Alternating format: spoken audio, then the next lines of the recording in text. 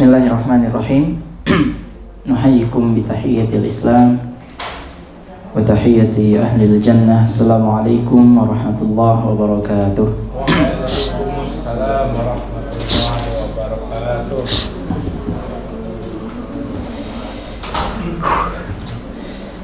Alhamdulillahi rabbil alamin. Hamdan katsiran thayyiban mubarakan fih kama yuhibbu rabbuna wa yarda. Allahumma salli wa sallim ala sayyidina Muhammadin khatamil anbiya'i wal mursalin wa ala alihi tayyibin wa ashabil akhyari ajma'in wa man tabi'ahum bi ihsanin ila yaumiddin.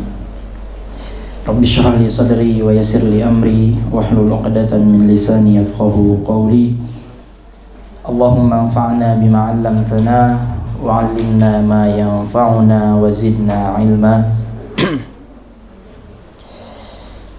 Allahumma ati nufusana taqwaha wa zakkiha anta khairu man zakkaha anta waliyuha wa maulaha.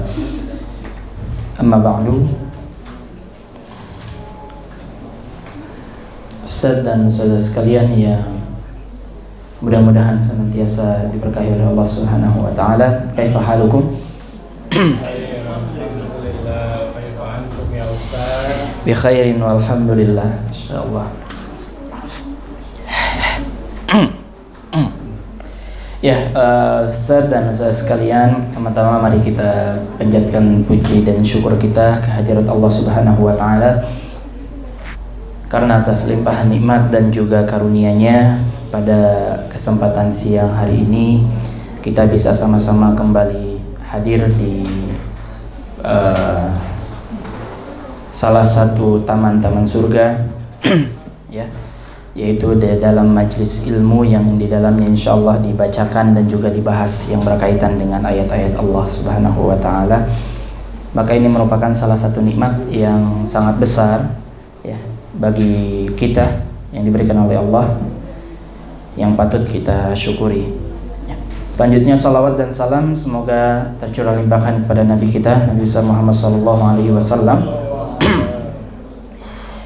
yang telah membawa kita dari zaman jahiliyah ke zaman Islamiyah seperti saat ini.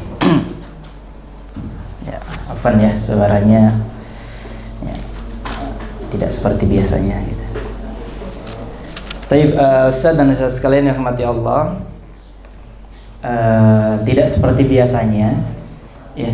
Kalau sebelum-sebelumnya di hari Kamis kita membahas kitab Ar-Rasul Al-Muallim wa Salibuhu fit Ta'lim Allafahu Syekh Abdul Fattah Abu Guddah ya. Alhamdulillah sudah kita khatamkan ya, sudah kita selesaikan pembahasannya. Tinggal PR kita nanti bagaimana kita bisa mengimplementasikan apa-apa yang sudah dibahas menjadi sebuah amal nyata gitu ya, dalam kegiatan belajar mengajar kita di Kutab ataupun dalam pendidikan anak-anak kita di rumah. Maka dari itu untuk hari ini, karena Ana bingung mau menyampaikan apa gitu ya, tadi baru dapat masukan dari Ustazah untuk hari Kamis diisi dengan sirah katanya ya, sirah atau sejarah ya, sejarah atau sirah nabawiyah ya, tentu sirah nabawiyah ya, bukan sirah ya, sirah nabawiyah, tapi ya insyaallah nanti coba Ana cari dulu referensinya yang mudah untuk Ana pelajari juga dan mudah juga untuk difahami oleh kita semua. Maka untuk hari ini insyaallah kita akan membahas yang berkaitan dengan tafsir Al-Qur'an ya, yaitu surat di juz 28, yaitu surat As-Saff ya, As-Saff bukan As-Saffat ya, tapi surat As-Saff juz 28. Set, agak digedein dikit Set. Apanya aja biar nggak harus kencang yang ngomong. Tes. Nah. Mohon bantuannya salah satu ustadz untuk bisa membacakan surat As-Saff satu surat ya. Kurang lebih ada berapa ayat Ustaz? Ada 14 ya. Ada 14 ayat di surat As-Saff yang mudah-mudahan keburu waktunya.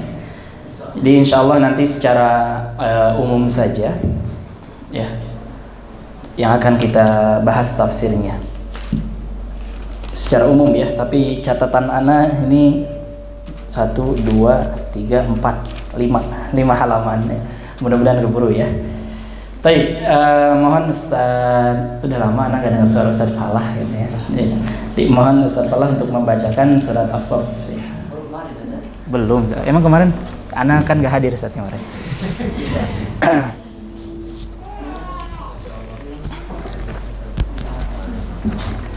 Lihat HP Mas.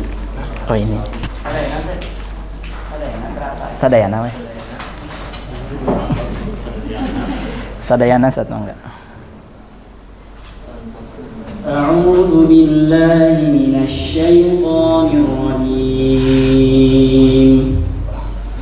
بسم الله الرحمن الرحيم سبح لله ما في السماوات وما في الأرض وهو العزيز الحكيم يا أيها الذين آمنوا لم تقولون ما لا تفعلون كبر مقتا عند الله أن تقولوا ما لا تفعلون إن الله يحب الذين يقاتلون في سبيله صفا كأنهم بنيان مرصوص وإذ قال موسى لقومه يا قوم لم تؤذونني وقد تعلمون أني رسول الله إليكم فلما زاغوا أزاغ الله قلوبهم والله لا يهدي القوم الفاسقين وإذ قال عيسى ابن مريم يا بني إسرائيل إني رسول الله إليكم مصدقا لما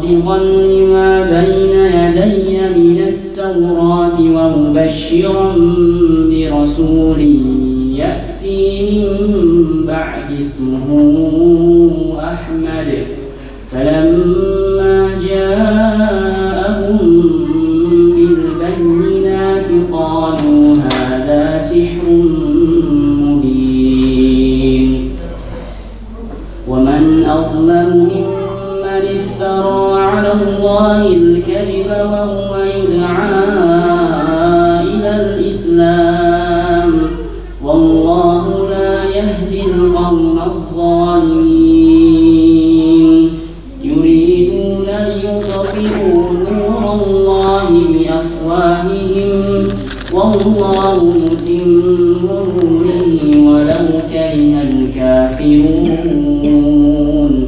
هو الذي أرسل رسوله بالهدى ودين الحق ليظهره على الدين كله ولو كره المشركون يا أيها الذين آمنوا هل أدلكم على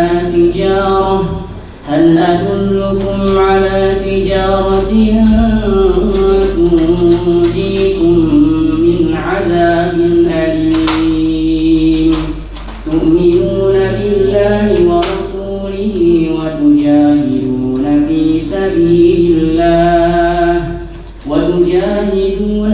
سبيل الله بأموالكم وأنفسكم ذلكم خير لكم إن كنتم تعلمون يغفر لكم ذنوبكم ويدخلكم جنات تجري من تحتها الأنهار ومساكن طيبة في جنات ذلك الفوز العظيم وأخرى تحبونها نصر من الله وفتح قريب وبشر المؤمنين يا أيها الذين آمنوا كونوا أنصار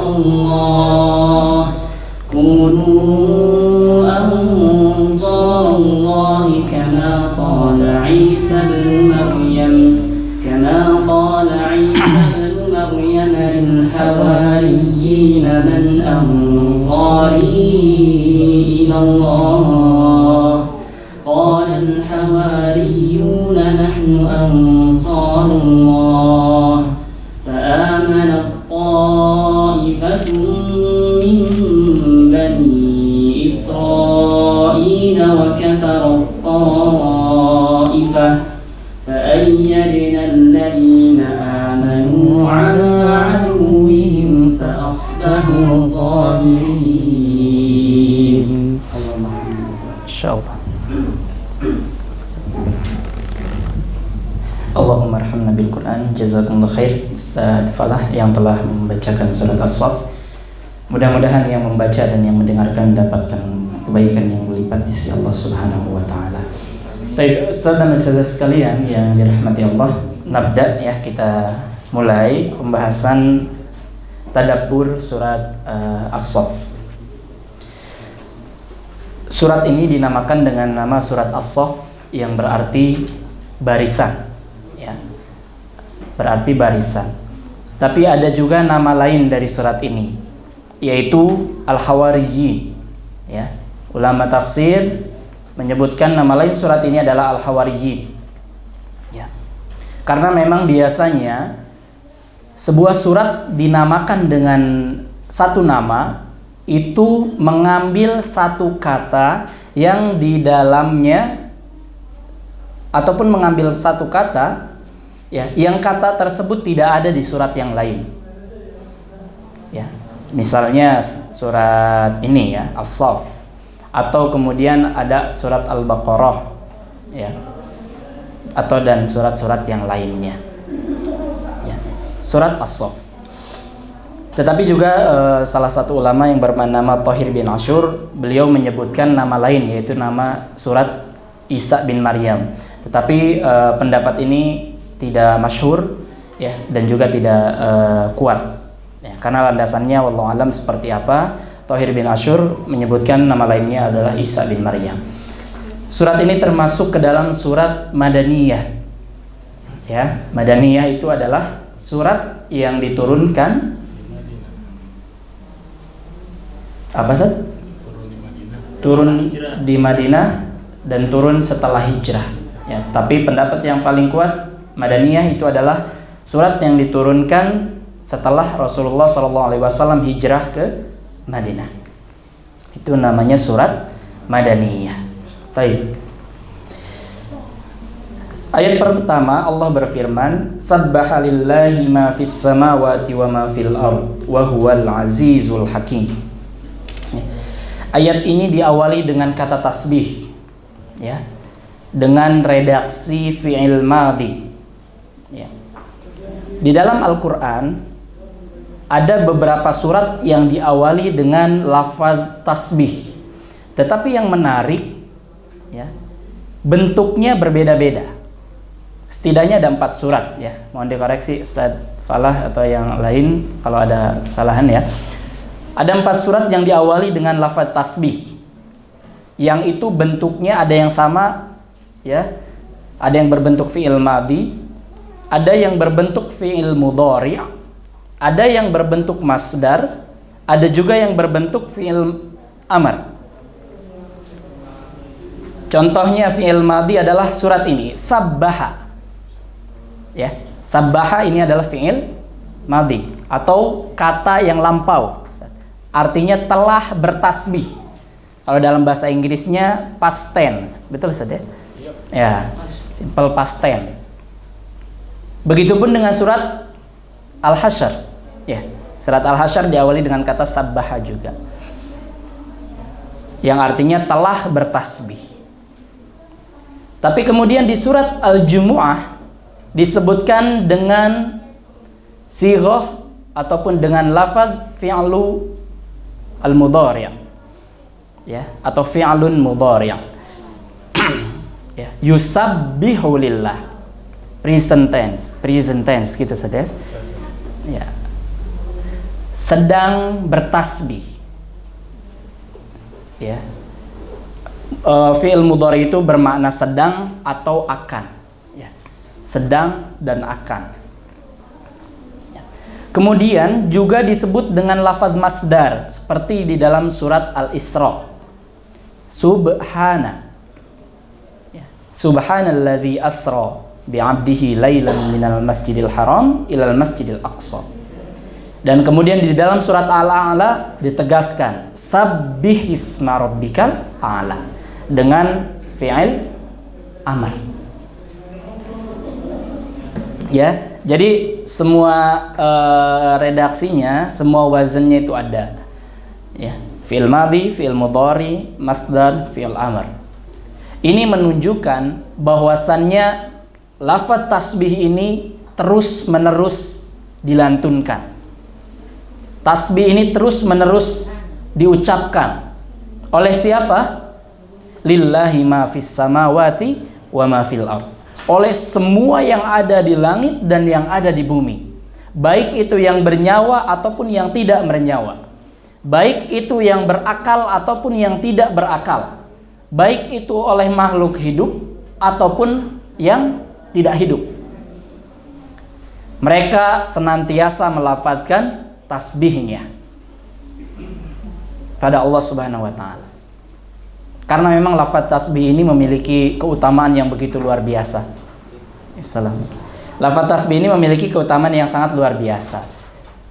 Sebagaimana yang disabdakan oleh Rasulullah sallallahu alaihi wasallam, kalimatani khafifatani fil lisan, thaqilatani fil mizan, khafifatani indar rahman, ya. Ada dua kalimat yang sangat mudah diucapkan tetapi berat di timbangan dan dicintai oleh Ar-Rahman, ya, oleh Allah Subhanahu wa taala. Kalimat apa itu? Subhanallah wa bihamdi subhanallahil azim. Kalimat tasbih. Baik. Sabbaha, ya, telah bertasbih. Sabbaha lillahi ma fis samawati wa ma fil ardh. Ya. Di sini ada lafaz ma. Ma. Ya. Dalam bahasa Arab, hunakal farq baina isti'mali lafz ma wa man. Ya. Ketika bertanya ke orang misalnya, lebih tepat ma anta atau man anta? Man.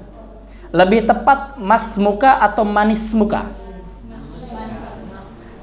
Hunaka ikhtilaf baina ya, mas muka atau manis muka? Limadha?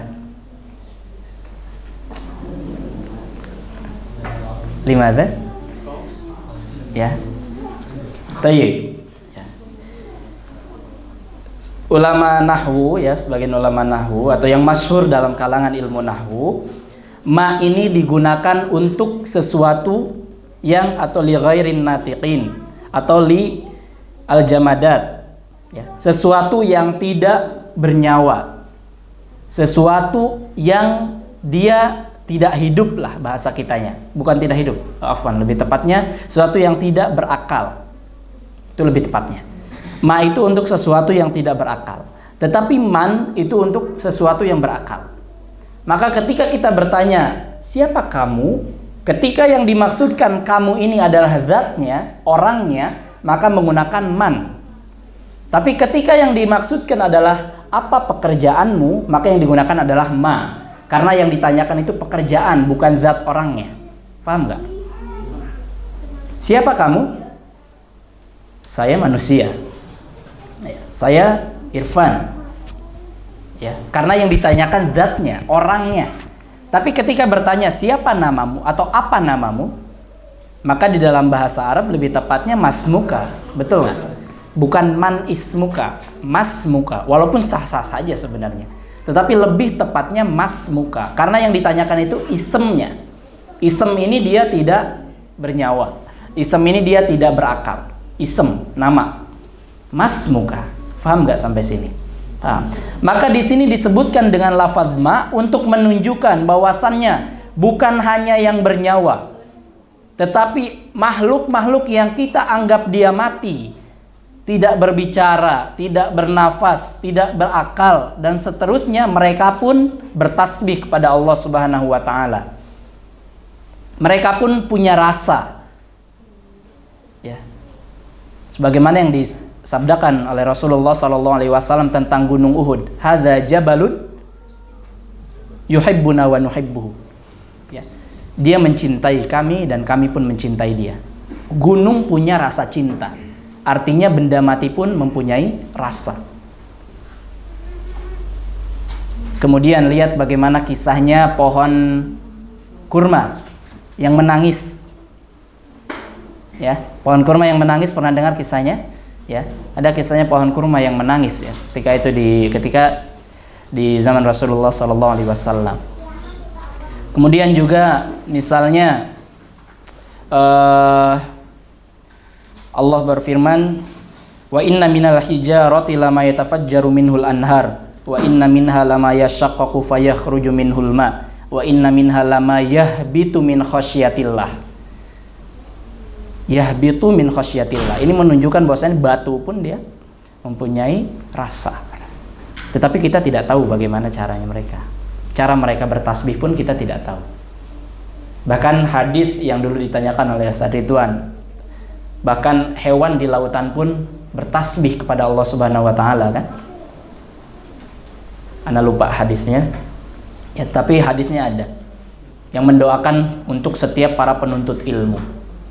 Semuanya bertasbih, bahkan daun-daun, meja, dan yang lainnya lah, lampu, apalagi ya, semuanya. Yang ada sekalian kita semuanya bertasbih kepada Allah Subhanahu wa Ta'ala. Wa in min syai'in illa yusabbihu bihamdihi walakin la tafqahuna tasbihahu. Ya, segala sesuatu itu ya mengucapkan tasbih dan memuji Allah Subhanahu wa Ta'ala, tetapi kita tidak mengetahui cara mereka bertasbih. Ya. Lalu manusia seperti apa tasbihnya? Ya tadi, subhanallah bihamdi, subhanallahil azim. Ya. Ma fis samawati wa ma fil ard. Semua yang ada di langit, semua yang ada di bumi, tanpa terkecuali. Ya, senantiasa mengucapkan tasbih. Ya, mensucikan Allah. Ayat ini bukan hanya sebagai pembantah terhadap kesyirikan-kesyirikan yang dilakukan oleh orang-orang kafir atau kemusyrikan ataupun kesesatan-kesesatan yang dilakukan oleh orang kafir. Bukan hanya itu, tetapi lafaz tasbih juga bermakna ya, atau kita mensucikan Allah dari segala keterbatasan kita dalam memujinya. Kita menganggap Allah adalah Tuhan kita, tetapi ketika kita merasa susah, rasanya kita masih merasa tidak cukup dengan adanya Allah. Kita mengaku bahwasannya Allah tempat kita berlindung, tempat kita memohon, tapi ketika ada masalah kita lari dari Allah. Kita mengaku bahwasannya Allah yang maha mengabulkan doa, tetapi kita enggan untuk berdoa. Maka tasbih itu ya untuk mensucikan Allah. Lafaz tasbih artinya apa? Maha suci Allah, kan? Ya, maha suci Allah dari segala hal-hal yang seperti tadi Ana sebutkan. Ya, jadi bukan hanya tentu Allah selamat dari segala aib, ini sudah jelas. Ya. Tapi yang dimaksud di sini makna lainnya adalah kita ya mensucikan Allah dari segala keterbatasan kita dalam menyembahnya, dalam mengagungkannya, dalam memujinya dan seterusnya. Baik. Wa huwal azizul hakim. Dialah yang maha perkasa lagi maha al-hakim. Al-hakim ini ada dua pendapat. Yang pertama zul hikmah atau zul hukm. Ya. yang memiliki kebijaksanaan atau yang menetapkan hukum. Dua-duanya benar. Allah Maha Kuat, Maha Perkasa, dan Maha Bijaksana. Ketika lafaz kuat disandingkan dengan kebijaksanaan, maka ini sangat luar biasa. Karena banyak di antara kita yang kuat tetapi tidak bijaksana. Tetapi banyak juga yang bijaksana tetapi dia tidak kuat. Akhirnya tidak sempurna. Maka di sini Allah tegaskan Allah Maha Perkasa dan juga bijaksana. Artinya bahwasannya di balik keperkasaan Allah memiliki kebijaksanaan. Ya, kebijaksanaan dalam menetapkan hukum-hukumnya, ya, kemudian dalam yang lainnya. Wa huwal azizul hakim. Ini ayat yang pertama, ya, menjelaskan tentang bahwasannya alam semesta ini semuanya bertasbih kepada Allah Subhanahu wa taala. Ya, maka kita hendaknya malu sebagai manusia ketika kita sangat minim, ya, bertasbih kepada Allah Subhanahu wa taala. Malu kita sama burung, malu kita sama tumbuhan, pepohonan dan yang lain sebagainya yang mereka senantiasa bertasbih kepada Allah Subhanahu wa taala. Baik. Lanjut ke ayat yang kedua. Ya ayyuhalladzina amanu lima taquluna ma la taf'alun kabura maqtan indallahi an taqulu ma la taf'alun. Ya. Wahai orang-orang yang beriman, kenapa kalian mengatakan sesuatu, ya, dan kalian tidak mengerjakannya? Ya. Mengapa kalian memerintah orang untuk berbuat baik tetapi kalian tidak berbuat baik? Mengapa kalian melarang orang melakukan sebuah kemaksiatan tetapi kalian malah melakukan? Itu maknanya kurang lebih. Lima taquluna ma la taf'alun. Kenapa kalian mengatakan sesuatu yang kalian tidak kerjakan? Maka sungguhnya ayat ini Masya Allah sangat-sangat berat sebenarnya untuk disampaikan. Sangat luar biasa, ya. A'udzubillahi an udzakirakum wa ansa. Ya. Ana berlindung pada Allah Subhanahu wa taala dari mengingatkan antum semua tetapi kemudian ana lupa untuk menjalankan.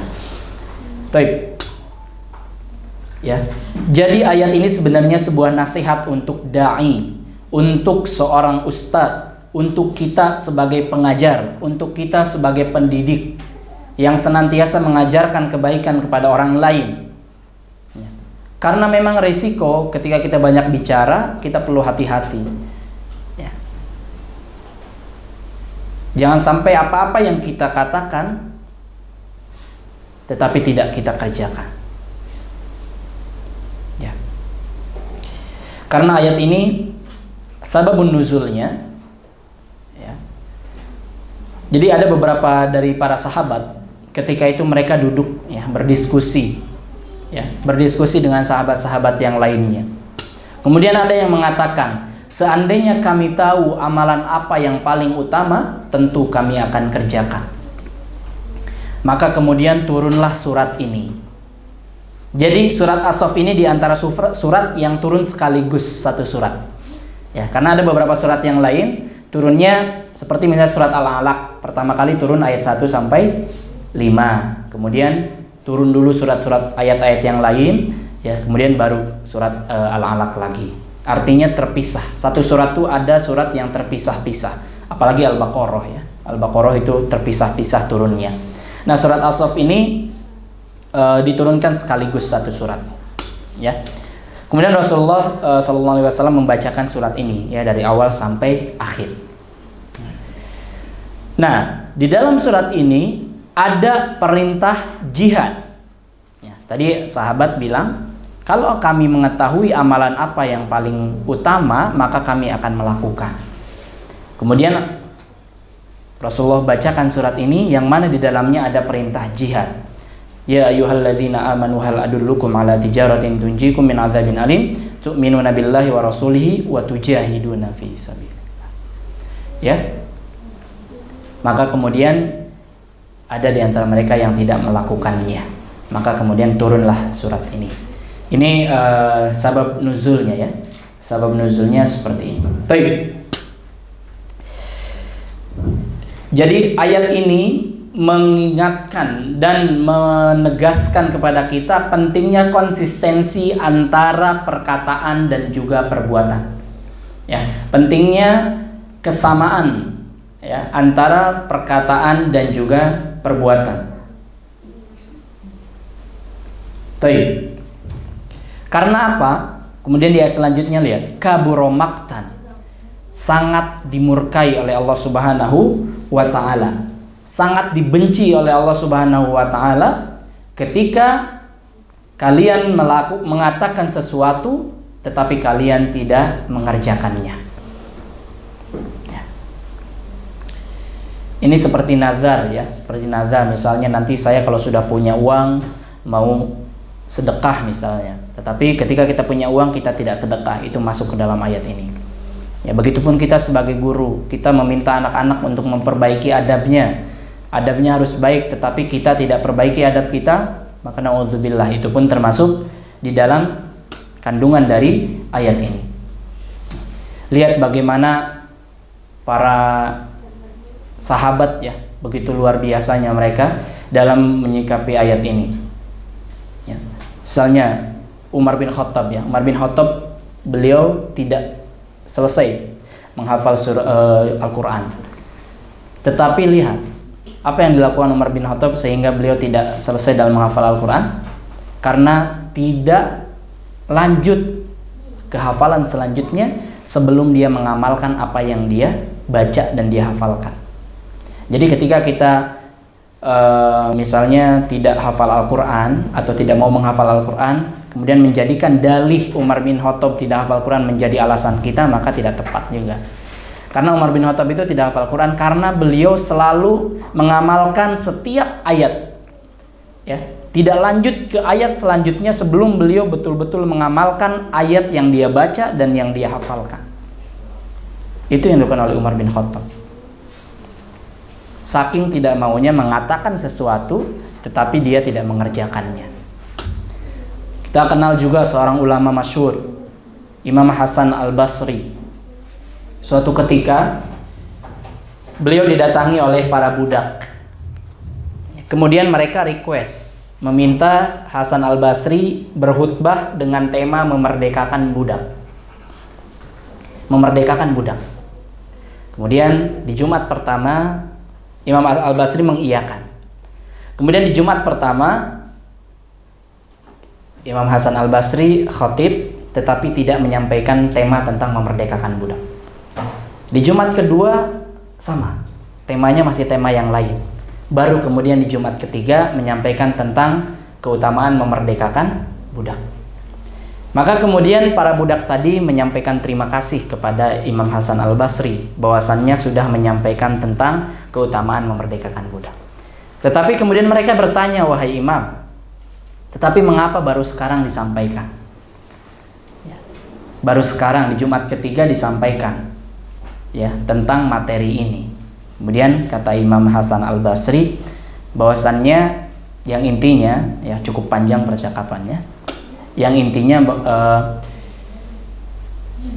keutamaan memerdekakan budak memang sangat utama, tetapi menjadi hilang keutamaannya ketika saya menyampaikan itu kepada masyarakat ya, kepada orang lain tetapi saya belum melakukannya.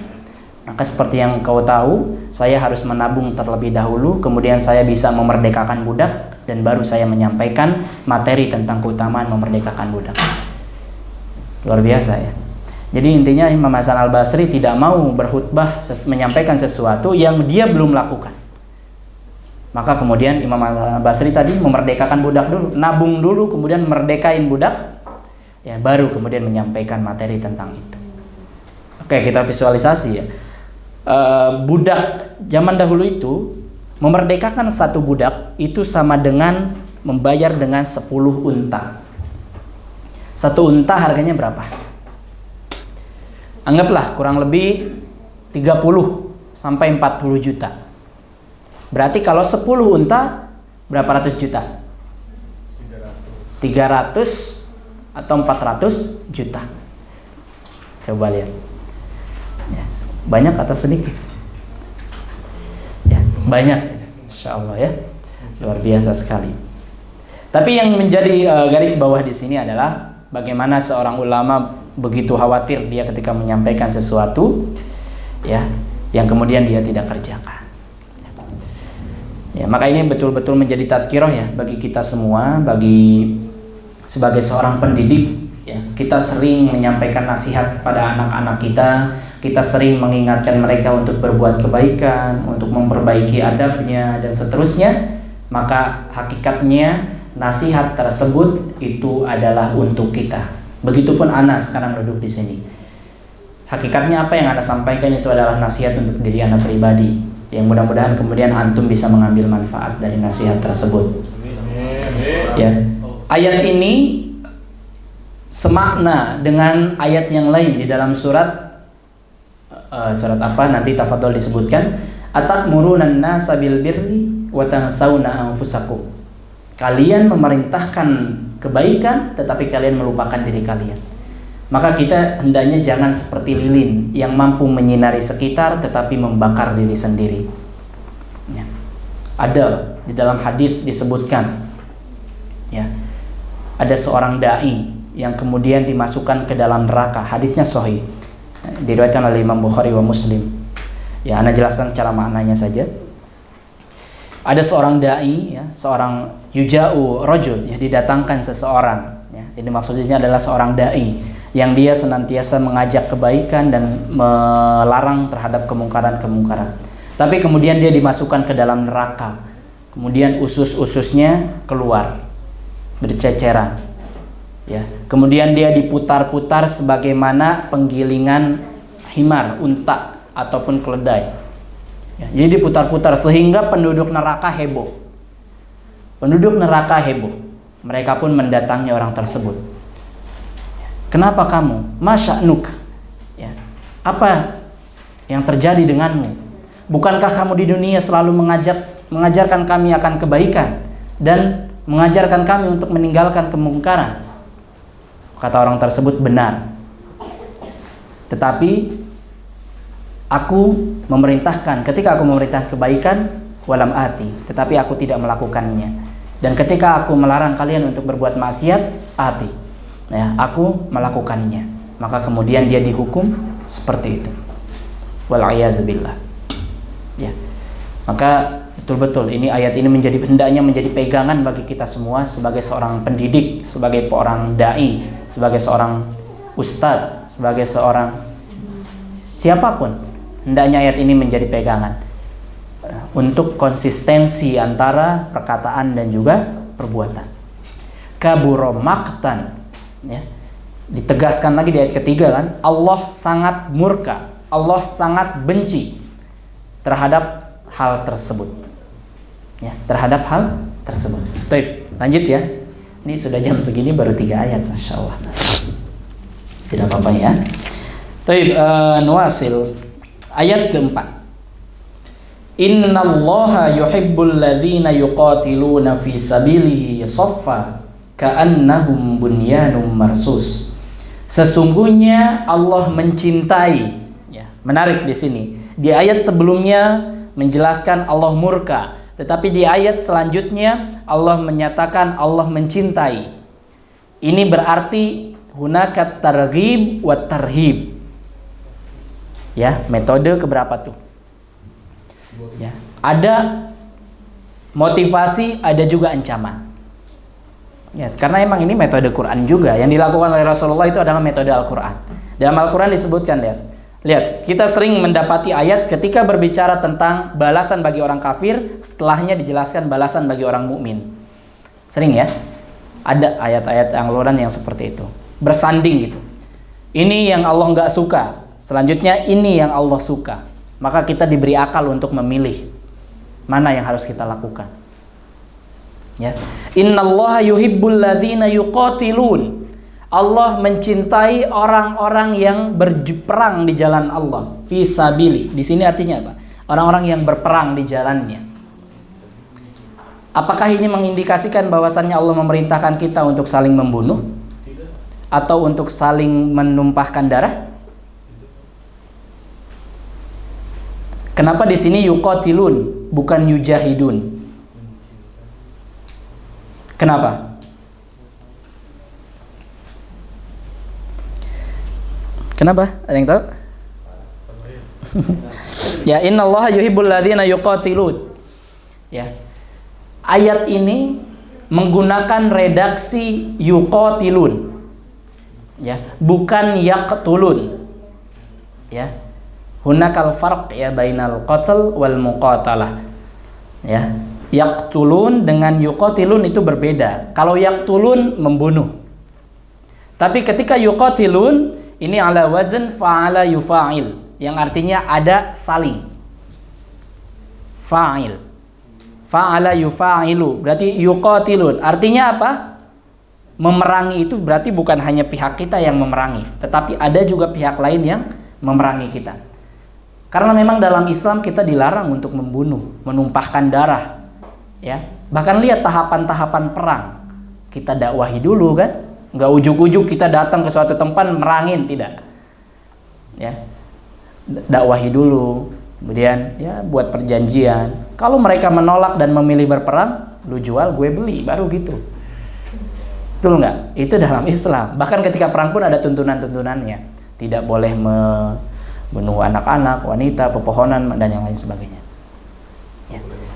Yuqatilun, ya di sini menggunakan lafaz yuqatilun, ya. Artinya apa? Berarti di sini Allah memberikan tadzkirah kepada kita semua, peringatan kepada kita semua bahwasannya kita hendaknya memerangi, ya, berperang. Berperang bukan hanya dengan pedang, berperang dalam segala aspek perjuangan. Fisabilih, di jalannya. Artinya apa? Kita berjuang, apapun yang kita lakukan sekarang ini hakikatnya kita sedang berperang, sedang berjuang, betul nggak? Berperang melawan siapa? Ya melawan musuh-musuh Islam yang mereka pun sedang berjuang di medan seperti ini gitu loh. Ketika sekarang musuh-musuh Islam mereka berbondong-bondong kemudian melakukan aktivitas pendidikan, ya, dengan harapan generasi selanjutnya menjadi penguasa kan di muka bumi ini, maka kita pun sekarang sedang berperang melawan mereka dalam aktivitas pendidikan kita secara tidak langsung. Berperang dari sisi apalagi? Ekonomi misalnya. Sekarang kita lihat produk-produk yang sekarang beredar. Ya, banyak kan? Produk-produk kafir. Iya, Prancis. Maka kita lawan, perangi. Perangnya bukan dengan pedang, tetapi dengan kita hadirkan juga ya produk-produk muslim yang menjadi solusi gitu. Sekarang kan kita masih kebingungan nih. Boikot ini misalnya. Anggaplah sekarang belum ada produk muslim. Misalnya ada sabun. Sabun ini produknya Unilever misalnya gitu, ya. Sensor ya. Ya, misalnya itu kan salah satu produk yang kemudian mendukung perjuangan Israel kan. Ya. Ketika kita memboikot ini misalnya, tetapi tidak ada solusi pilihan lain misalnya, apa yang bisa kita lakukan? Ya. Maka kemudian cara kita berperangnya, ya, di samping dengan tadi ya boikot dan seterusnya, ini kita hadirkan produk-produk muslim yang menjadi pilihan bagi umat Islam. Makanya sekarang kan banyak ya.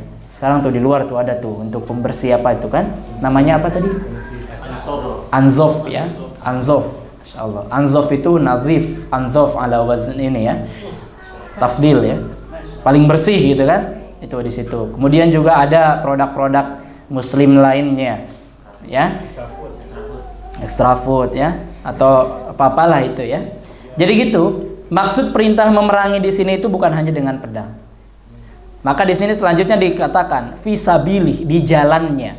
Yang dimaksud dengan di jalannya ini adalah setiap perjuangannya itu lillah. Fisabilihi artinya lillah.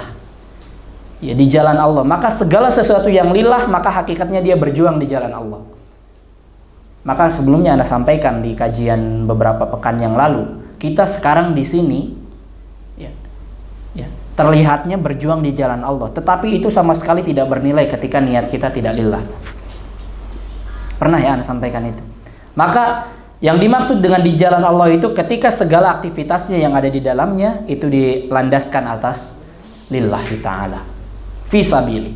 Innallaha yuhibbul ladzina yuqatiluna fi sabili. Soffa. Tadi syarat yang pertama, syarat mencintainya yaitu berjuang di jalan Allah karena Allah. Kemudian yang kedua, soffa. Apa artinya soffa? Baris. Barisan, berbaris. Ya. Di sini Ana coba sudah tulis ya. Jadi bahwasannya lafaz sof itu menunjukkan adanya kerapian, adanya soliditas, adanya komando, adanya ketaatan, dan adanya mobilitas yang baik. Ya, zaman dahulu ketika berperang semuanya berbaris-baris, betul tidak? Ya, baris-baris, bikin soft, ya, bersoft-soft gitu ya, berbaris. Ya. Maka kemudian ulama berbeda pendapat tuh, ya, terkait dengan orang yang keluar dari barisan. Ya, hukum keluar dari barisan, hukum keluar dari soft, entah karena keperluan, ya, atau entah untuk duel. Misalnya karena keperluan, lagi baris nih untuk berperang baris-baris, kemudian ada keperluan ingin buang hajat atau apa gitu, maka itu boleh, tetapi dengan izin kepada pemimpin. Bahkan untuk duel, ya, zaman dulu perang kan duel kan, satu lawan satu, bisa satu lawan satu dulu biasanya kan. Itu ada yang mengatakan boleh, tetapi harus dengan izin, harus dengan izinnya. Ada yang mengatakan juga tidak boleh karena takut riya. Ada yang mengatakan tidak boleh karena takut riya kalau tanpa komando dan seterusnya. Itu hukum keluar dari soft. Ya. Tetapi kita tidak membahas itu, tidak mendalami di situnya.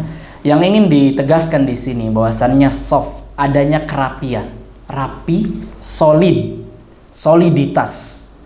Barisan yang baik itu adalah barisan yang solid.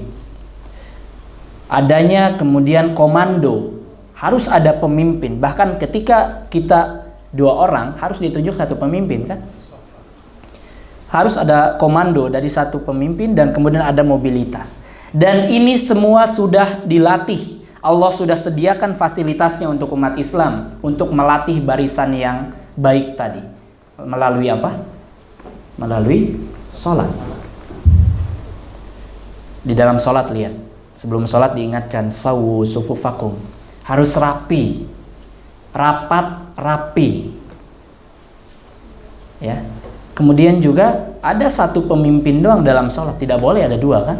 Bahkan dalam satu masjid tidak boleh ada dua jamaah. Harus ada satu pemimpin. Ya. Ada mobilitas juga yang baik. Lihat mobilitasnya luar biasa. Ini sudah Allah sediakan dan umat Islam sebenarnya sudah terlatih dengan hal yang seperti ini.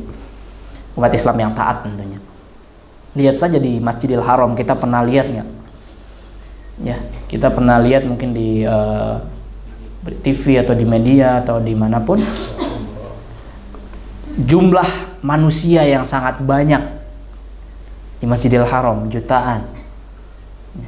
Posisinya masih berantakan, misalnya sedang tawaf. Ada yang sedang tawaf, ada yang sedang sa'i, ada yang ya posisinya belum baris seperti barisan salat.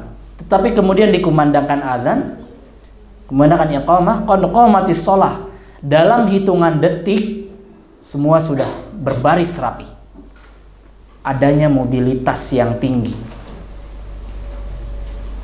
Melalui satu komando, qad qamatis shalah. Artinya apa itu tadi? Ya, Allah melatih kita untuk berada dalam satu barisan. Ya, berada dalam satu barisan yang rapi, yang kokoh. Ya, proses. Ya, maka kemudian ketika proses itu berjalan dengan baik, ya, barisannya baik, komandonya baik, adanya ketaatan, adanya mobilitas dalam barisan tersebut, maka kemudian dijelaskan selanjutnya ka'annahum bunyan. Mereka seperti bangunan yang kokoh. Bunyan ala wazn fu'lan. Yadullu ala al-mubalaghah. Ya, bukan hanya bina. Bina itu bangunan biasa. Di sini bunyan. Bangunan yang kokoh. kuat, indah. Ya, bunyan. Ka'annahum bunyanun marsus. Ya, seperti bangunan yang tersusun kokoh. Ya. Gitu. Yang seharusnya umat Islam itu seperti itu. Harusnya seperti itu. Bolehlah sekarang kita cara berdakwah kita berbeda. Ada yang berdakwah lewat jalur jangan jalur tikus. Maksudnya gini, ada yang mengambil medan dakwah, yaitu medan dakwah melalui tingkatan paling dasar, ya, diri sendiri, warga orang sekitar, ya, mengingatkan lewat paling dasar. Ya. Kemudian ada yang dakwah lewat struktura, ada yang dakwah lewat kemudian pendidikan, lewat yang lain-lainnya, kemudian ada yang lewat pemerintahan dan seterusnya. Ya. Silahkan saja. Tetapi harus dilandasi dengan satu tujuan yang sama. Ya, li'ala'i kalimatillah. Ya. Wala tanaza'u, ya, kan di ayat yang lain Allah perintahkan wala tanaza'u, janganlah kalian berselisih.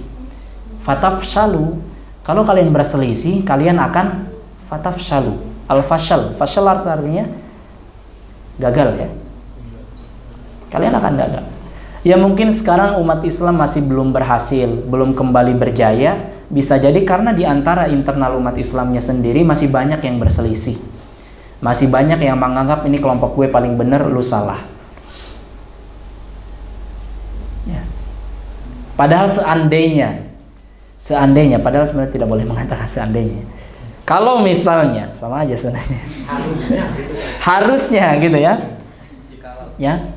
Yang berdakwah misalnya ada yang lewat ketok pintu, ada kan? Yang dakwah lewat ketok pintu, yang semua orang, belum tentu semua orang bisa melakukan itu. Ada juga yang dakwah lewat kemudian kajian-kajiannya, ya, menegaskan tentang urgensi tauhid, urgensi fikih, urgensi yang lain-lainnya.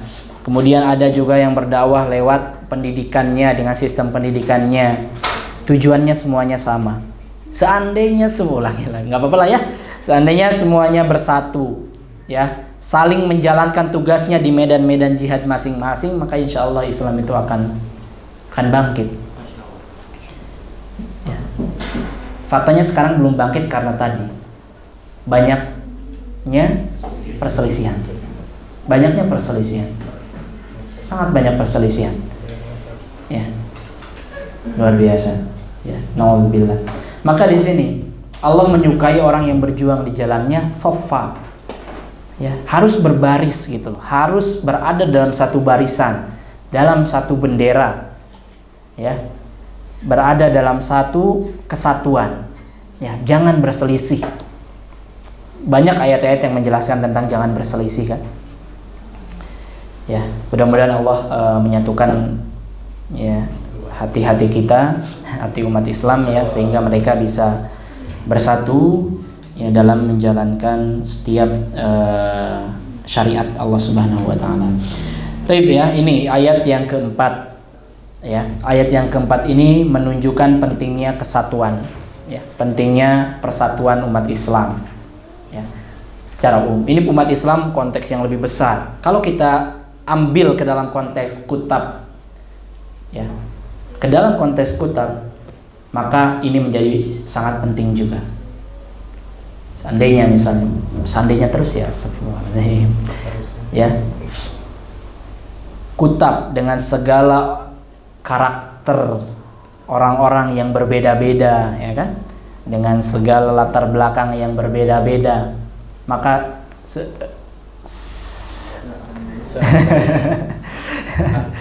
ya, nggak apa-apa.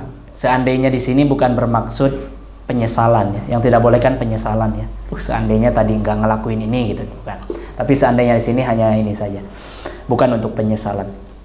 Ya, jadi gini, kutab misalnya dalam konteks kutab, maka kalau kita jangan dulu berbicara maju lah, berbicara lebih besar. Kalau misalnya internal kutab sendiri itu belum dalam satu barisan, belum sofa,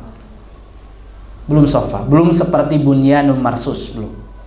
Karena akan sulit. akan sulit kita berjalan ketika kita belum bersatu, yakin. Kita akan sulit membersihkan sampah kalau misalnya lidi itu belum diikat kuat oleh satu ikatan ukhuwah. Yakin. Ya. Maka dulu anak ketika di LDK,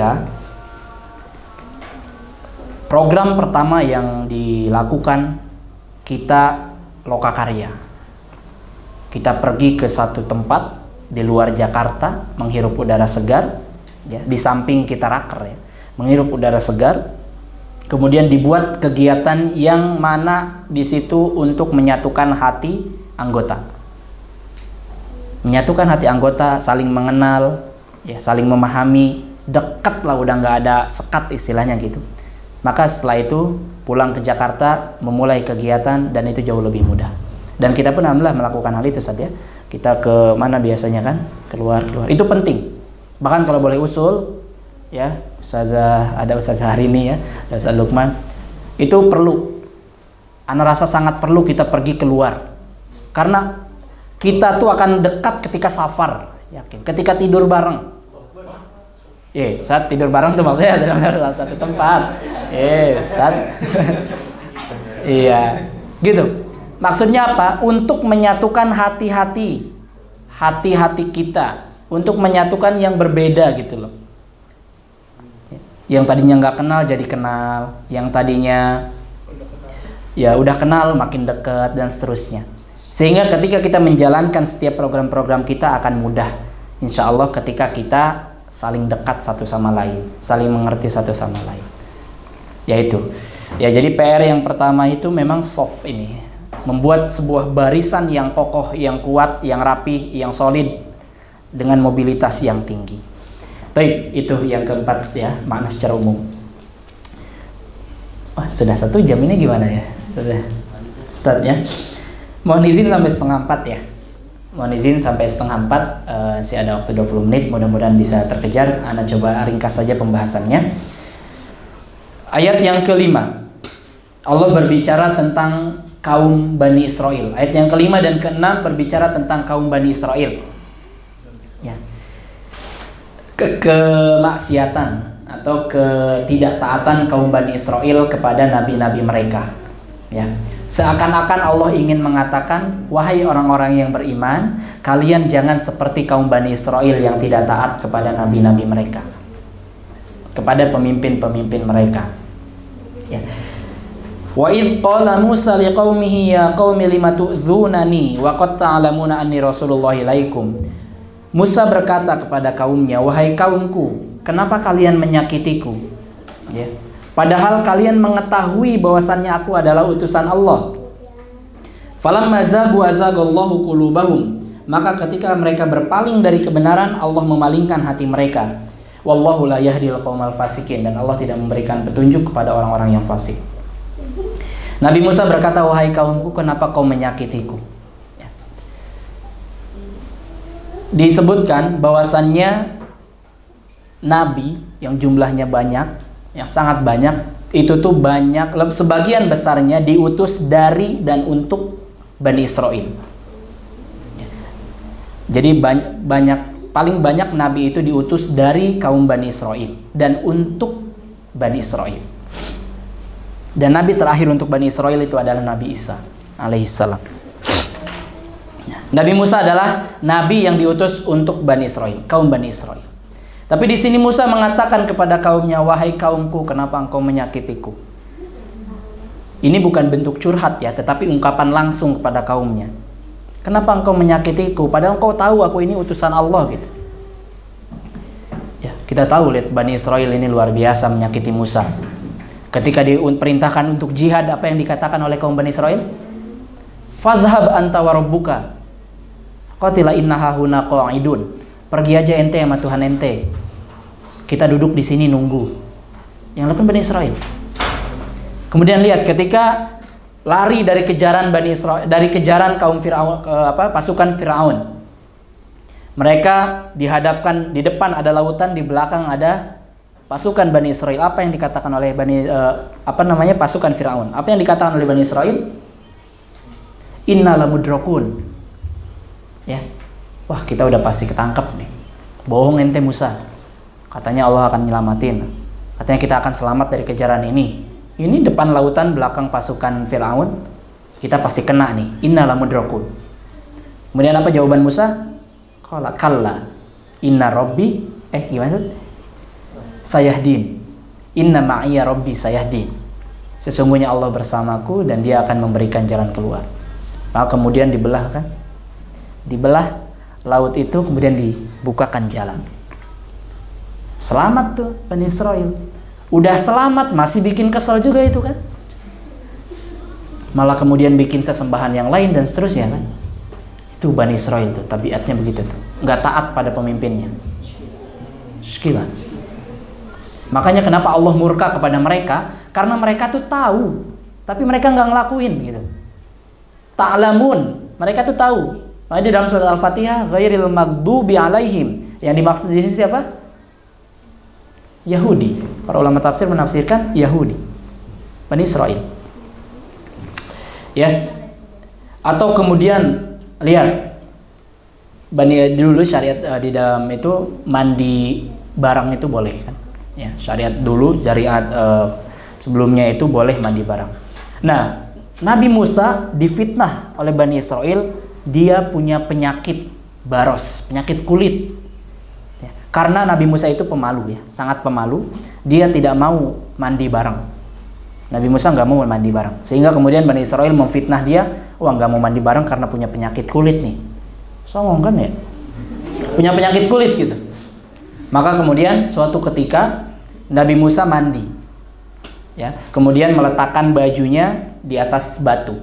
Ini benar, ya, kisahnya benar ya, jadi bukan kisah yang ngasal. Di atas batu. Kemudian batu ini berjalan, lari membawa baju Nabi Musa.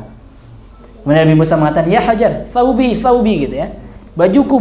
Nabi Musa kemudian mengejar. Kemudian ternyata batu ini melewati kerumunan Bani Israel.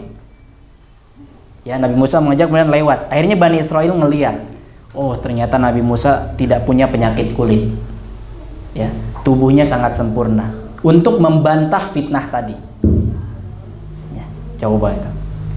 Apa yang dilakukan kaum Bani Israel itu sangat menyakiti Nabi Musa. Belum lagi yang gak masuk akal, minta turunin makanan dari langit kan? Anzil ma'idatan minas sama, coba. Itu permintaan-permintaan yang gak masuk akal gitu loh, yang ya itulah, yang memang tujuannya untuk ini ngeledek lah istilahnya gitu. Gitu, maka Nabi Musa mengatakan, lima tu'dzunani, ya kenapa kalian menyakitiku? Wa qad ta'lamun, padahal kalian mengetahui saya adalah utusan Allah kepada kalian. Maka Allah kemudian murka kepada Yahudi kan. Walaupun semuanya nanti diakhirkan disebutkan ada yang beriman, ada yang tidak beriman. Ya, dari orang-orang Bani Israel itu. Maka selanjutnya falamma zagu azagallahu qulubahum, ya. Maka ketika mereka berpaling dari kebenaran, Allah memalingkan mereka. Al jaza'u min jinsil amal. Balasan itu sesuai dengan jenis amalannya. Al hasanat tunadi ukhtaha. Kebaikan itu akan memanggil kebaikan yang lain. Ya, wal munkarat awal ma'asi tunadi ukhtaha, dan kemaksiatan pun akan memanggil kemaksiatan yang lain. Ketika kita melakukan kebaikan, maka akan diikut sertakan kebaikan-kebaikan yang lain. Ketika kita melakukan kemaksiatan, akan mengikut tuh kemaksiatan-kemaksiatan yang lain. Al-jaza'u min jinsil amal. Karena balasan itu selalu berbanding lurus dengan amalan yang kita lakukan. Kama tadinu tudan. Sebagaimana kamu bersikap, seperti itu yang akan kamu dapatkan. Maka di sini, ketika mereka berpaling, ya Allah berpaling dari mereka. Mereka berpaling, Allah berpaling dari mereka. Tetapi lihat di ayat yang lain, walladzina hatadaw zadahum hudaw wa atahum taqwahum. Tetapi orang yang mencari petunjuk Allah Subhanahu wa taala, Allah akan tambahkan petunjuknya, hidayahnya, dan Allah datangkan ketakwaan. Gitu ya. Al jaza'u min jinsil amal. Jadi kalau kita ingin dekat dengan Allah, maka ingin Allah dekat dengan kita, maka kita dekat dengan Allah. Maka lihat di dalam hadis kan, kalau kita berlari, kita berjalan, Allah berlari dan seterusnya. Gitu. Tetapi kalau kita berpaling, Allah akan semakin berpaling juga dari kita. Wallahiyazubillah. Falamma zagu azagallahu qulubahum wallahu la yahdil qauman fasikin. Ini ayat kelima tentang kisah Nabi Musa dan kaumnya yang menyakitinya. Kemudian di ayat yang ke-6, wa idz qala Isa ibnu Maryam ya bani Israila inni rasulullah ilaikum musaddiqan lima baina yadayya minat Taurah wa mubasysyiran bi rasulin ya'ti min ba'di ismuhu Ahmad falamma ja'ahum bil bayyinati qalu hadza sihrun mubin. Selanjutnya kisahnya Nabi Isa. Ya. Nabi Isa ini adalah nabi terakhir yang diutus kepada kaum Bani Israel. Ya. Nah, lihat apa yang dilakukan oleh kaum Bani Israel kepada Nabi Isa. Jadi Bani Israel ini ngarep nih, berharap nabi yang diutusnya itu adalah nabi yang gagah perkasa, kuat perkasa, yang bisa menguasai dunia, menaklukkan dunia dan seterusnya. Seperti Nabi Daud, harapan mereka. Tapi kemudian yang diutus adalah Nabi Musa yang kita tahu, Nabi Isa, lemah lembut, ya, sangat berbeda lah dengan harapan orang-orang Israel ketika itu. Maka apa yang dilakukan oleh mereka? Mereka menuduh Nabi Isa adalah anak zina. Betul tidak? Anak zina kan? Dituduh ya kan? Maka kemudian Nabi Isa ketika bayi bisa berbicara, gitu kan? Itu. Jadi ayat ini menegaskan tentang, mengukuhkan tentang kenabian Nabi Isa, inni rasulullah ilaikum. Kemudian tentang mengukuhkan kebenaran Taurat, ya. Jadi ada keterikatan antara risalah, ya, keterikatan memang. Kemudian mengukuhkan nabi terakhir, ya, di dalam ayat ini. Jadi mengukuhkan Nabi Isa sebagai nabi, mengukuhkan kebenaran kitab sebelumnya yaitu Taurat. Kemudian mengukuhkan adanya nabi terakhir yang bernama Ahmad sallallahu alaihi wasallam. Ya, jadi di dalam hadis disebutkan li khamsatu asma, aku mempunyai 5 nama. Muhammad, ya, Ahmad, Al-Mahi, ya, yang penghapus, ya, yang menghapuskan keburukan. Kemudian Al-Hashir, alladzi yuhsyarun nasu ala qadami, ya, yang kemudian manusia atas izin Allah dikumpulkan di bawah kakiku, kata Rasulullah. Kemudian yang terakhir Al-Hami, Al-Mahi, Al-Hashir, Wal-Aqib. Ya, Al-Aqib itu adalah penutup, nabi terakhir. Tidak ada nabi setelahku. Itu nama di antara nama Rasul, Muhammad, Ahmad, ya. Kemudian Mahi atau Hami. Mahi, ya, alladzi yamhullah. Mahi. Kemudian Hashir, dan kemudian Aqib. Walaupun ada nama-nama lain, ya. Salah satunya menurut Amr bin As itu salah satunya ada As-Sadiq, Al-Masduq, ya, dan seterusnya, banyak. Di sini disebutkan dengan Ahmad, ya. Ahmad di sini bermakna yang pertama, yang paling banyak memuji Allah. Ahmad, ya, af'al ala wazn af'alut tafdil, ya, untuk pengutamaan. Ya, jadi Ahmad di sini orang yang paling banyak memuji Allah. Ini yang pertama. Tetapi juga bermakna Ahmad di sini adalah orang yang paling layak dipuji. Ahmad, ya. Mahmud, ya, sama, ya. Ahmad, Mahmud, ya, dipuji. Ya. Jadi itu, ya, ayat ke-6 tentang Nabi Isa, ya, yang kepada kaumnya, pengukuhan kenabiannya, pengukuhan kebenaran kitab sebelumnya, dan penjelasan tentang nabi terakhir. Baik, lanjut, ya, kita agak percepat saja. Wa man adlamu mimman iftara 'ala Allahil kadhiba wa huwa yud'a ila al-Islam wallahu la yahdil qauma al-kafir wallahu la yahdil qauma adh-dhalimin. Wa man adlam, siapakah yang lebih zalim daripada orang-orang yang mengadakan kebohongan terhadap Allah padahal dia diajak kepada agama Islam, dan Allah tidak memberi petunjuk kepada orang-orang yang zalim. Ya.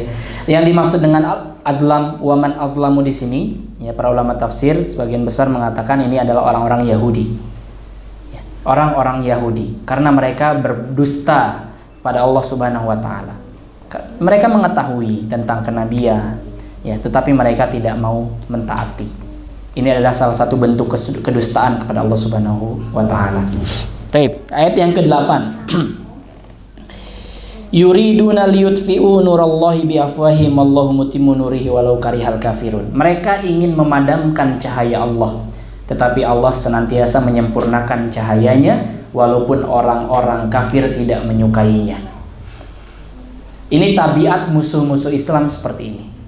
Mereka ingin memadamkan cahaya Allah, ya, ingin memadamkan cahaya Islam.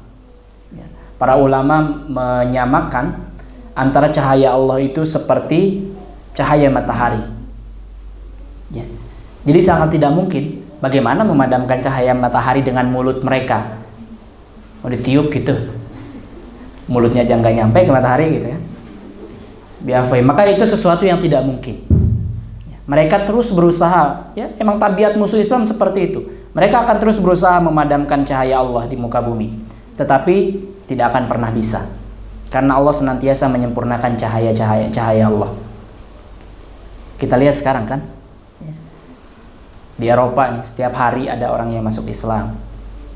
Karena memang lan tamut, ya, Islam ini tidak akan mati sampai hari kiamat. Tidak akan pernah mati. Akan selalu ada pembelanya. Akan selalu ada pembela agama-agama Allah yang akan menjaga ini. Di samping kemudian Allah senantiasa menjaga agama ini, ya, senantiasa menyempurnakan cahaya-cahayanya.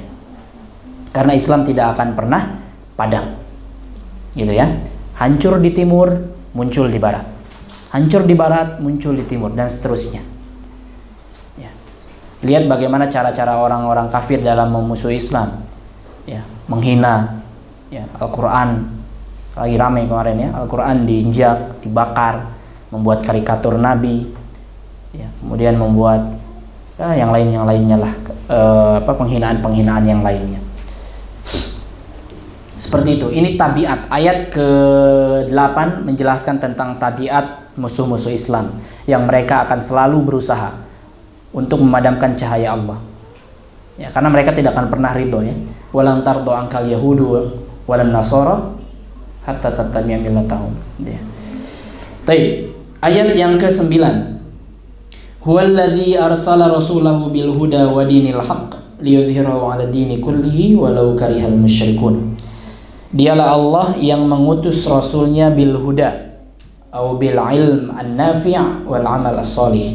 Huda di sini sebagian ulama mengatakan seperti itu. Wa dinil haqq, dan agama yang benar. Liyudhhirahu 'ala dini kullihi. Ya, untuk memenangkannya, mengunggulkannya di atas segala agama meskipun orang-orang musyrik membencinya. Ya, jadi kunci keunggulan, kalau kita ingin unggul, ingin berhasil, bil huda. Yang pertama bil huda. Huda itu apa? Al ilmu an-nafi' wal amal as-salih. Ilmu yang bermanfaat dan juga dengan amal salih. Wa dinil haq, dan agama yang benar. Artinya kalau kita ingin berhasil, itu ikuti yang al-huda, kemudian juga dinil haq, agama yang benar. Tuntunannya sesuai dengan agama. Insya Allah kita akan unggul. Ya. Dan Islam ini akan unggul. Islam ini akan selalu unggul dengan apa? Yang pertama itu bil hujaj, dengan hujah, dengan argumentasi. Ya. Lihat sekarang banyak kan, misalnya debat gitu antara Islam dan apa gitu kan, atau misalnya kita lihat video-videonya Dr. Zakir Naik, lihat saja argumentasinya selalu unggul karena Islam ini kuat dengan argumentasinya dan selalu masuk akal, ya. Maka Islam akan selalu unggul bil hujaj, dengan argumentasi sampai hari kiamat. Kemudian juga Islam ini akan unggul dengan nanti ketika hari kiamat Nabi Isa akan turun, ya. Nabi Isa akan turun, sekarang kan diangkat oleh Allah Subhanahu wa taala. Nanti akan turun yang kemudian dia akan menghancurkan salib-salib. Ya, Nabi Isa akan menghancurkan salib yang selama ini diyakini oleh kaum Nasrani kan. Dihancurkan kan. Itu ayat yang ke-9, ya. Kita ringkas saja ya. Baik. Ayat ke-10. Ya ayyuhalladzina amanu hal adullukum ala tijarah tunjikum min adzabin alim. Wahai orang-orang yang beriman, maukah aku tunjukkan kepada kalian sebuah perniagaan yang akan menyelamatkan kalian dari azab yang pedih. Allah berikan tawaran di sini kepada kita, pada orang-orang yang beriman. Mau enggak ya, berniaga, ya, bertransaksi dengan Allah, jual beli dengan Allah yang tidak akan pernah rugi. Kalau kita transaksi dengan Allah, kita tidak akan pernah rugi. Beda dengan transaksi sama manusia, ada potensi ruginya. Tapi kalau dengan Allah tidak akan rugi. Ya. Karena Allah membeli kan dari orang-orang yang beriman itu, innallaha ashtara minal mu'minin amwalahum anfusahum wa amwalahum. Jiwa mereka dan harta mereka. Ya. Berniaga kita dengan Allah Subhanahu wa taala. Ya, kita menjual jiwa dan harta kita pada Allah Subhanahu wa taala. Oh jelas ya. Karena silatallahi ghaliyah. Ya, barang jualan Allah itu mahal. Ya. Gitu ya. Baik. Apa ininya kata Allah perniagaannya? Yang pertama, tu'minuna billahi wa rasulih. Kita beriman kepada Allah dan Rasulnya. Wa tujahiduna fi sabilillahi bi amwalikum wa anfusikum. Dan kita berjihad di jalan Allah dengan harta kita dan juga dengan jiwa kita. Dzalikum khairul lakum in kuntum ta'lamun. Ini caranya. Kita berniaga, kita beriman kepada Allah dan Rasulnya, dan kita berjihad di jalan Allah dengan harta dan jiwa kita. Mengapa di sini harta lebih dahulu dibandingkan dengan jiwa?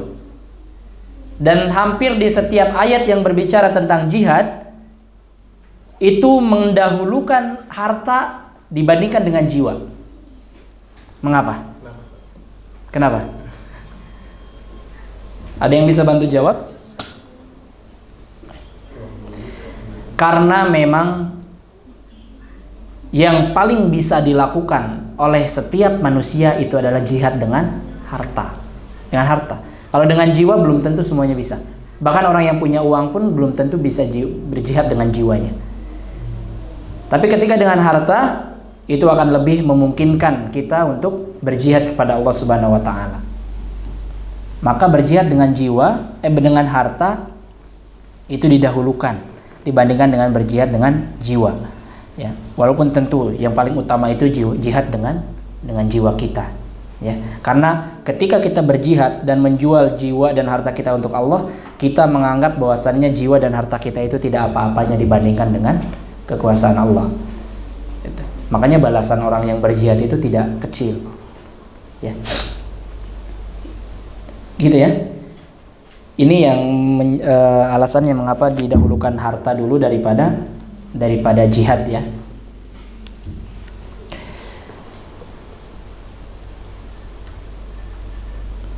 Gitu ya. Jadi memang surga itu diliputi dengan kesusahan, diliputi dengan sesuatu yang kita benci. Beda dengan neraka, diliputi dengan keindahan, gitu ya. Huffatil jannah bil makarih wa huffatin naru bisyahwat. Ya. Makanya amal-amal soleh itu butuh perjuangan. Beda dengan kemaksiatan. Maksiatan mah gampang. Ya, tapi amal soleh itu butuh perjuangan. Karena itu tadi, balasannya, keuntungannya sangat besar. Kan dalam bisnis kan gitu. Besar resiko, lebih besar juga potensi keuntungannya. High risk, high profit gitu ya. Ya gitulah kurang lebih dalam ilmu bisnis. Nah begitu mungkin nih. Keuntungan yang akan didapat oleh kita kalau kita menjalankan perintah-perintah Allah itu sangat besar. Surga balasannya. Lihat. Bukan hanya surga, di sini lihat ya selanjutnya. Yaghfir lakum dzunubakum. Allah ampuni dosanya. Wa yudkhilkum jannatin tajri min tahtihal anhar. Dimasukkan ke dalam surga. Wa masakin thayyibah. Ya, dan tempat tinggal yang baik di surga Aden. Wah, ini keuntungan yang sangat besar. Jadi kalau kita bayarnya hanya sedikit, ya keuntungannya juga tidak banyak. Gitu ya. Maka perlu perjuangan. Tetapi percayalah, perjuangan dalam ketaatan itu akan berakhir. kesusahan dalam perjuangan itu akan berakhir, tetapi pahalanya akan tetap. Dan kenikmatan dalam kemaksiatan itu akan berakhir dan hukumannya akan tetap. Seperti yang dikatakan oleh Ibnul Jauzi, inna masyaqqatat ta'ati tadhhab wa yabqa thawabuha wa inna ladzatal ma'asi tadhhab wa yabqa iqabuha. Ini merupakan nasihat yang sangat penting. Ana lupa ulama siapa yang mengomentari nasihat ini, yang menurut dia tidak pernah saya mendapati nasihat sebaik nasihat ini. Inna masyaqqatat ta'ah tadhhab wa yabqa thawabuha wa inna ladzatal ma'asi tadhhab wa yabqa iqabuha. Kesusahan kita, keberpayah-payahan kita dalam beramal, dalam ketaatan itu akan hilang. Kesusahannya itu akan hilang, tetapi pahalanya akan tetap. Tetapi kenikmatan sesaat kita dalam bermaksiat itu pun akan hilang. Tapi yang tetap adalah hukumannya. Seperti itu ya. Baik. Itu tadi balasannya. Masuk surga, Allah ampuni dosanya, masuk surga, diberikan tempat tinggal yang baik ya di dalam surga Aden. Kemudian di ayat selanjutnya wa ukhra tuhibbuna nasrum minallahi wa fathun qarib. Kemenangan yang dekat. Kemenangan yang dekat yang akan didapatkan juga bagi orang-orang yang berniaga dengan Allah, bertransaksi dengan Allah Subhanahu wa taala. Taib, wa basyiril mu'minin. Sudah 3:30, mohon izin satu ayat lagi ya. Taib. Ya ayyuhalladzina amanu kunu ansarallah kama qala Isa ibn Maryam lil hawariyyin man ansari ila Allah. Qala al-hawariyuna nahnu ansarullah fa amanat ta'ifatun min bani Israil wa kafarat ta'ifah fa ayyadna alladhina amanu ala aduwwihim fa asbahu zahirin. Ya, wahai orang-orang yang beriman, jadilah kalian pembela-pembela Allah. Pembela-pembela agama Allah. Perintah ini ya. Jadi ketika agama kita dihina, kita perlu dan harus untuk membela. Minimal membela dengan hati. Minimal membela dengan hati. Harus kita membela. Kama qala Isa ibn Maryam lil hawariyyin, ya. Hawariyyin itu artinya apa? Pengikut ya, atau orang-orang khusus, orang-orang spesial, orang-orang yang loyal ya terhadap Nabi Isa. Dalam konteks ini ya. Kama qala Isa ibn Maryam lil hawariyyin, man ansari ilallah. Ya, Nabi Isa bertanya kepada pengikutnya, pengikut setianya, siapakah yang akan menjadi penolong-penolongku dalam menegakkan agama Allah? Mereka menjawab, nahnu ansarullah, kitalah pembela-pembela agama Allah. Ya, kitalah pembela-pembela agama Allah. Jadi memang sudah menjadi sunnatullah ya, akan selalu ada pembela-pembela agama Allah. Ya. Dan setiap nabi itu punya hawari. Inna likulli nabiyyin hawariyan. Setiap nabi itu punya pengikut setia. Itu apa kata Rasulullah? Wa hawari Zubair bin Awwam. Ya, hawarinya Rasulullah itu adalah Zubair bin Awwam. Rasulullah sallallahu alaihi wasallam. Baik, ya. Jadi ini pengikut ataupun pembela agama Allah. Ya, tadi di ayat selanjutnya Allah akan senantiasa menyempurnakan cahayanya. Di ayat terakhir disebutkan dengan pembela perintah untuk menjadi penolong agama Allah, pembela agama Allah. Jadi ada munasabah antara ayat ini dengan ayat sebelumnya. Allah akan menyempurnakan cahayanya, salah satunya melalui wasilah pembela agama Allah. Kita membela agama Allah banyak cara. Kita menjalankan aktivitas pendidikan saat ini itu salah satu bagian dari kita membela agama Allah. Ya. Kemudian lihat, fa'amanat ta'ifatun min bani Israil wa kafarat ta'ifah. Ini yang Anda katakan tadi di awal.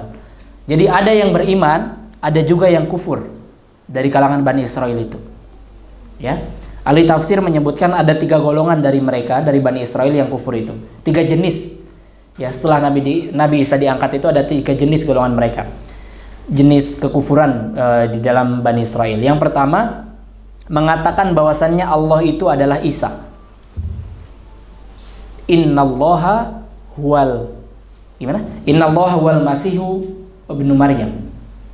Ya, Innallaha huwal Masihu ibnu Maryam. Sesungguhnya Allah itu adalah Isa bin Maryam. Ini kekufuran yang pertama. Jenis pertama. Kekufuran jenis kedua mengatakan bahwasannya Allah itu atau Isa adalah anak Allah. Bagaimana ayatnya?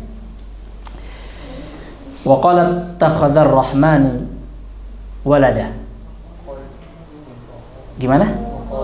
Wa qalat takhadzar rahmanu walada. Ya. Jadi menjadikan Isa itu adalah anak Allah.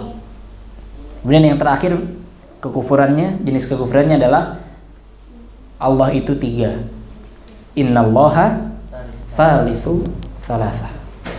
Ya, satu dari yang 3.